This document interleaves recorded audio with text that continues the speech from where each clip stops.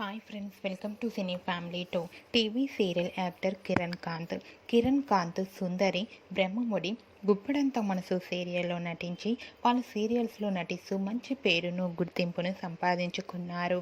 కిరణ్ కాంత్ బ్రహ్మముడి సీరియల్లో కళ్యాణ్ క్యారెక్టర్లోను అండ్ అలాగే గుప్పడంత మనసు సీరియల్లో హీరో రిషికి ఫ్రెండ్ గౌతమ్ క్యారెక్టర్లో నటిస్తున్నారు.